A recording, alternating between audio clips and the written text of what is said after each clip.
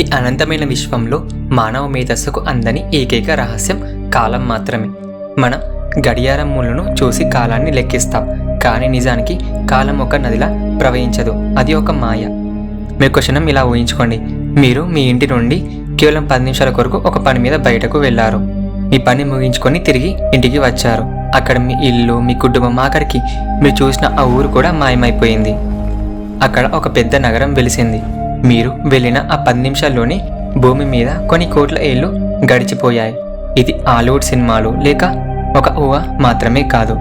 సరిగ్గా 11,60,00,000 ఏళ్ల క్రితమే ఒక భారతీయ రాజు కళ్ళారా చూసిన ఒక భయంకరమైన నిజం ఇది. నేడు ఆధునిక శాస్త్రవేత్తలు టైం ట్రావెల్ గురించి మాట్లాడుతున్నారు.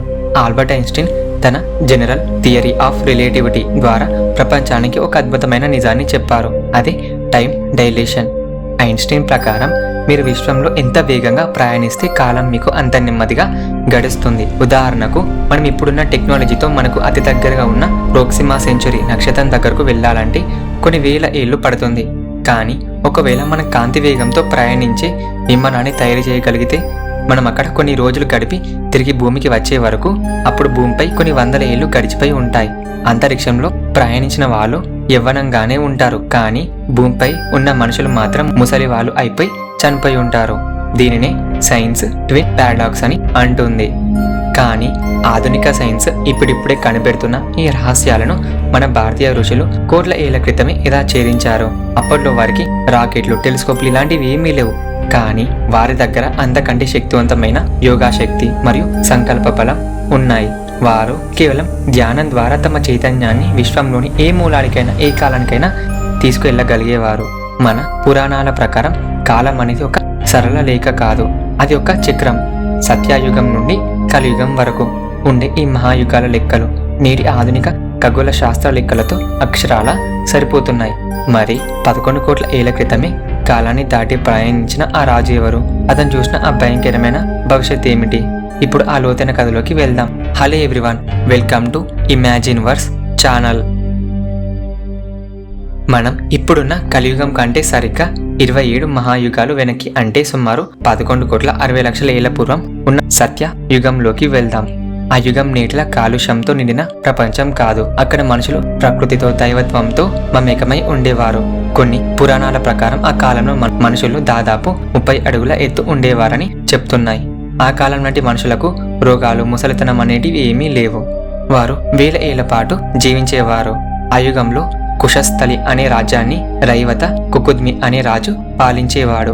కుకుద్మి కేవలం ఒక రాజు మాత్రమే కాదు, అతను ఒక గొప్ప యోగి మరియు అంతరిక్ష యాత్రికుడు. అతని దగ్గర ఉన్న విమానాలు నేటి రాకెట్ల కంటే వేల రెట్లు వేగంగా ప్రయాణించగలవు. కానీ అటువంటి సర్వశక్తివంతుడైన రాజుకు కూడా ఒక తీరని వేదన మిగిలిపోయింది.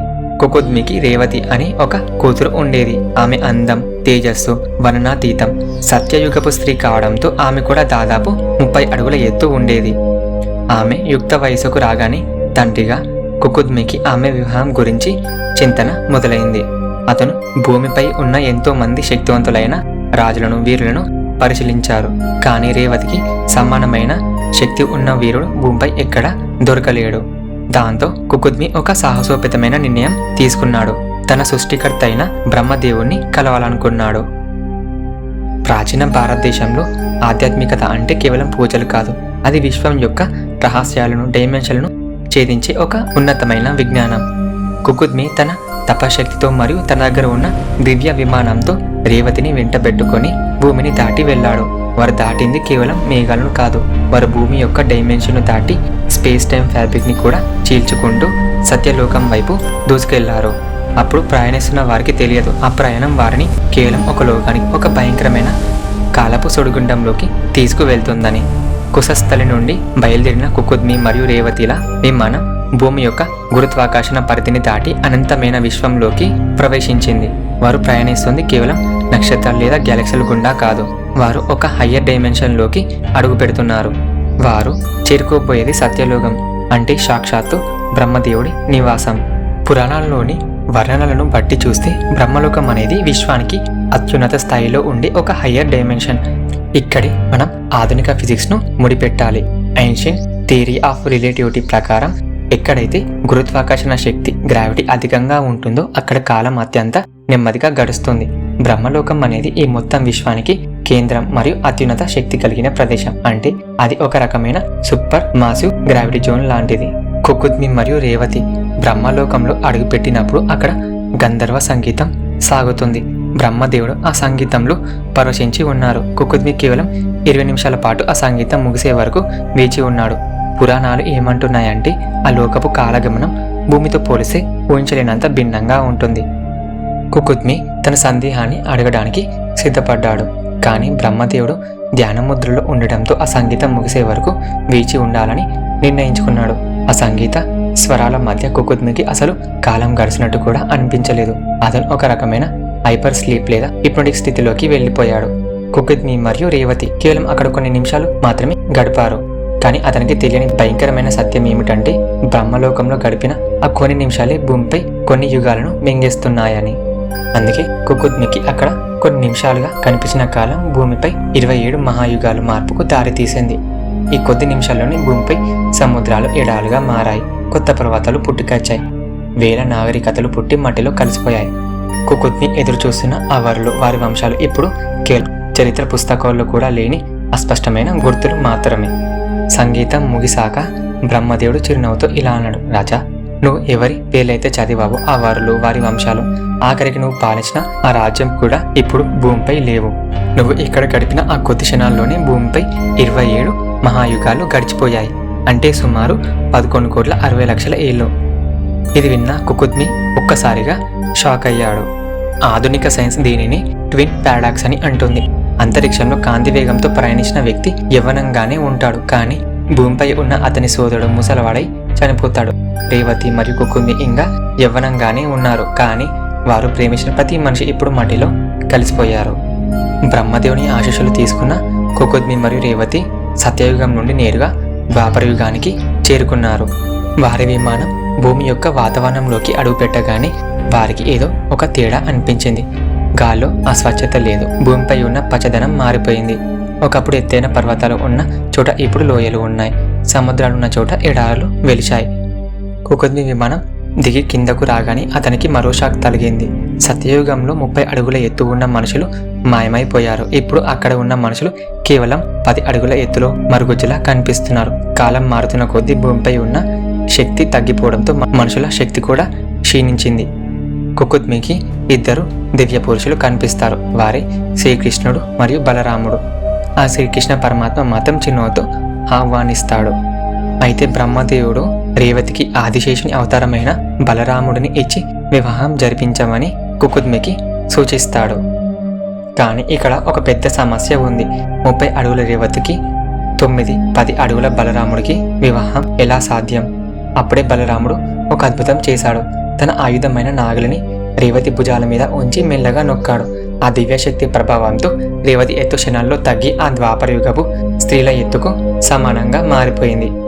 చివరకు రేవతి మరియు బలరాముల వివాహం జరిగిపోయింది.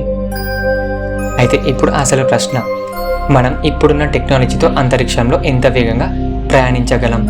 భూమిపై అత్యంత వేగవంతమైన రాకెట్ గంటకు కొన్ని వేల కిలోమీటర్ల వేగంతో ప్రయాణిస్తుంది. ఉదాహరణకు నాసా పంపిన Voyager 1 సెకనుకు 17 కిలోమీటర్ల వేగంతో దూసుకుపోతుంది. ఆ వేగంతో మనకు దగ్గరగా ఉన్న ప్రోక్సిమా సెంచరీ నక్షత్రానికి వెళ్ళాలంటే మనకు సుమారు 70,000 ఏళ్ళు పడుతుంది. అంటే మన ప్రస్తుత టెక్నాలజీతో టైం ట్రావెల్ అనేది ఒక అసాధ్యమైన కళ. కానీ రాజు కుకుద్మి కోట్ల ఏళ్ల క్రితమే కాంతి వేగాన్ని దాటి డైమెన్షన్లు దాటి ఇలా ప్రయాణించగలిగాడు. నేడు మనం రాకెట్ ఇంధనంపై ఆధారపడితే మన ఋషులు చైతన్యం మరియు మందశక్తిపై ఆధారపడి ఉండవచ్చు. వారు భౌతిక దేహంతో కాకుండా తమ ఆత్మను ప్రయాణించే టెక్నాలజీని కలిగి ఉండవచ్చు. ప్రస్తుత శాస్త్రవేత్తల ప్రకారం భూమి యొక్క వయస్సు దాదాపు 4.5 బిలియన్ ఏళ్ళు. ఇప్పుడు మన పురాణాల వైపు చూద్దాం. బ్రహ్మదేవుని ఒక పగలును కల్పం అంటారు. ఇది సరిగ్గా 4.32 బిలియన్ ఏళ్ళు. ఆధునిక సైన్స్ లెక్కలకు వేల ఏళ్ల క్రితమే మన వారు రాసిన ఈ లెక్కలకు మధ్య ఉన్న ఆ పోలిక కేవలం ఒక కోయిన్సిడెన్స్ అంటారా? అసలు కాదు. కొన్ని వేల ఏళ్ల క్రితమే మన ఋషులు ఈ లెక్కలను రాశారు. నేడు ప్రపంచంలోని అతిపెద్ద మేధావులు ఎలాన్ మస్క్ వంటి వారు మనం ఒక సిమ్యులేషన్లో బ్రతుకుతున్నామని చెబుతున్నారు. అంటే ఈ ప్రపంచం ఒక ప్రోగ్రామ్ అని వారి వాదన. సరిగ్గా ఇదే విషయాన్ని మన వేదాలు మాయ అని పిలిచాయి. ఈ జగత్తు అంతా ఒక భ్రమ. కాలం వేర్వేరు లోకాల్లో వేర్వేరు వేగంతో ప్రవహించడం వెనుక ఉన్న రహస్యం ఇదే. మనం చూస్తున్న ఈ భౌతిక ప్రపంచం వెనుక అనంతమైన డైమెన్షన్లు ఉన్నాయి. కుకుద్మి కేవలం ఒక లోకం నుండి మరొక లోకానికి వెళ్ళలేదు. ఒక సిమ్యులేషన్లోని ఒక కోడ్ని ఛేదించి భవిష్యత్తులోకి ప్రయాణించాడు. మనం వెతుకుతున్న సమాధానాలు కేవలం స్పేస్ టెలిస్కోప్లోనే కాదు, మన ప్రాచీన గ్రంథాల లోపల కూడా ఉన్నాయి. మన యొక్క పురాణాలను గౌరవిద్దాం, మన విజ్ఞానాన్ని ప్రపంచానికి చాటుద్దాం. ఈ మల్టీవర్స్ సిరీస్లో మరొక అద్భుతమైన రహస్యంతో మళ్ళీ కలుద్దాం. అప్పటి వరకు చూస్తూనే ఉండని. ఇదే మీ ఇమాజిన్ వర్స్ వీడియో.